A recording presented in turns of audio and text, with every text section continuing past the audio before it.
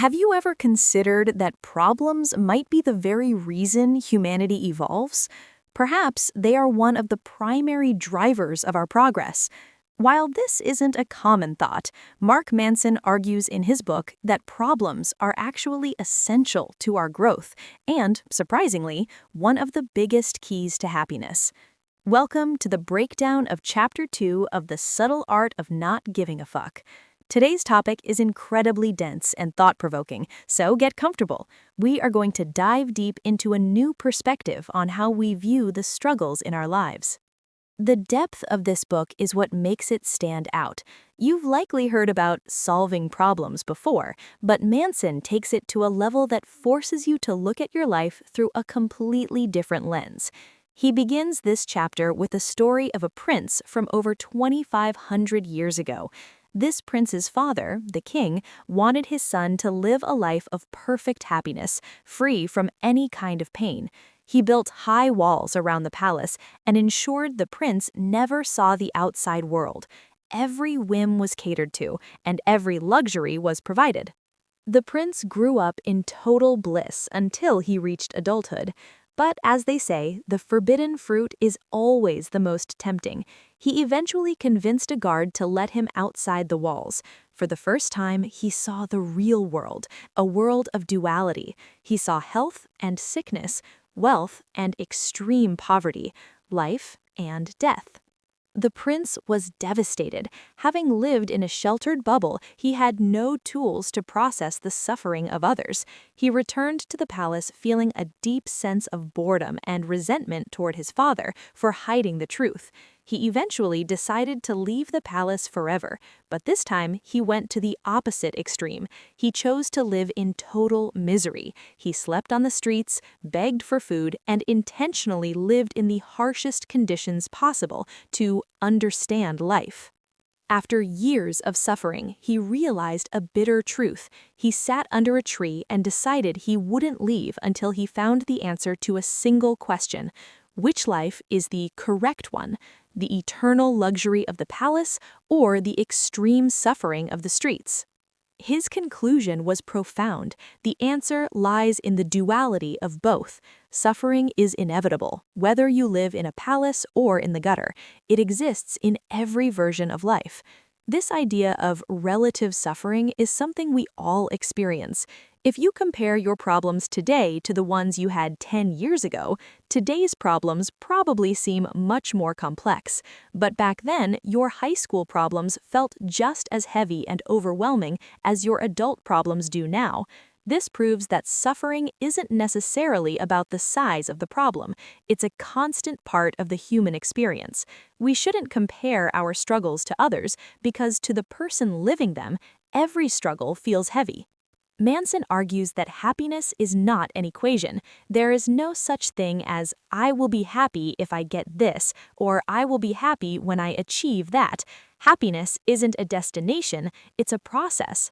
To illustrate this, Manson introduces a fictional superhero of his own creation, Disappointment Panda.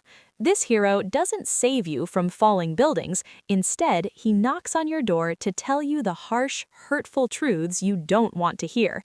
He tells the father why his son doesn't respect him, or tells the aspiring musician that they are failing because they aren't actually putting in the work. We all need a disappointment panda in our lives, someone to point out the realities we try to ignore. Manson says that while we don't want to hear these truths, we desperately need to.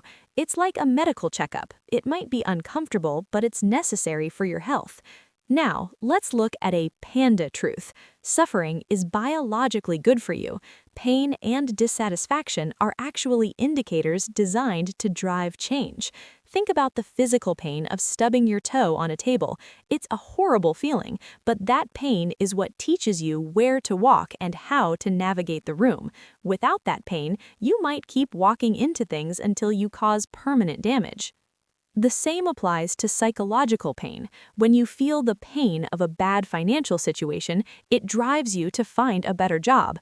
When you feel the pain of loneliness, it drives you to build better relationships. Our constant state of dissatisfaction is what keeps humanity moving forward.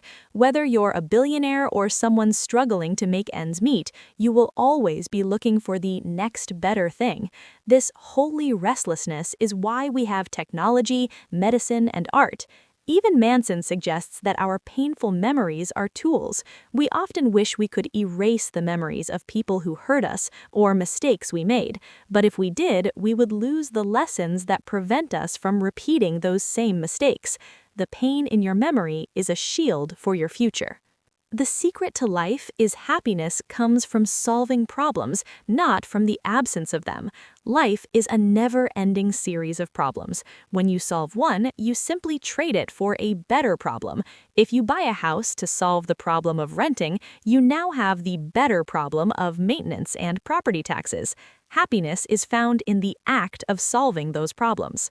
If happiness comes from solving problems, then the most important question you can ask yourself is, what kind of pain do I want to sustain? Manson shares a personal story about his dream of becoming a rock star. He spent years imagining himself on stage, playing guitar in front of screaming fans, but he eventually realized he would never achieve that dream. Why? Because he only fell in love with the result, the stage, and the fame. He didn't fall in love with the process, the thousands of hours of lonely practice, the sore fingers, and the technical grind. Many people want the beach body, but they don't want the gym struggle. Many people want the wealth, but they don't want the 80-hour work week. If you want the dream, you have to choose the struggle that comes with it.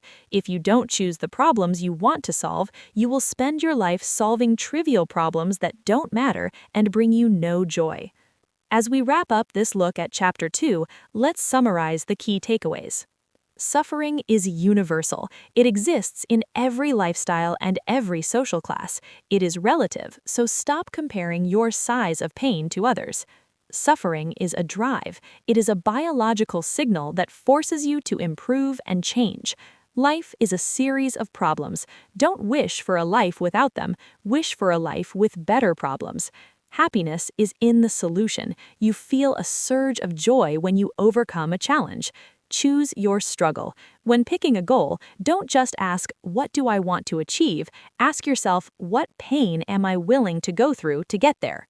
When you solve problems, don't just act on emotion. Think like a strategist. As the saying goes, measure 6 times and cut once. Analyze your situation logically so you don't make impulsive decisions you'll regret later. Every path you choose in life comes with its own set of obstacles.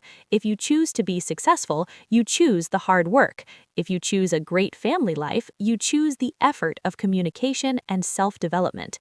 Think about your own life. Is there a dream you've been chasing but haven't reached? Ask yourself if you've truly accepted the struggle that comes with it. That concludes our look at Chapter 2. In the next video, we will dive into Chapter 3 and continue this journey towards mastering the art of living well. Thank you for your time, and I'll see you next week for another dose of insight. Peace be upon you.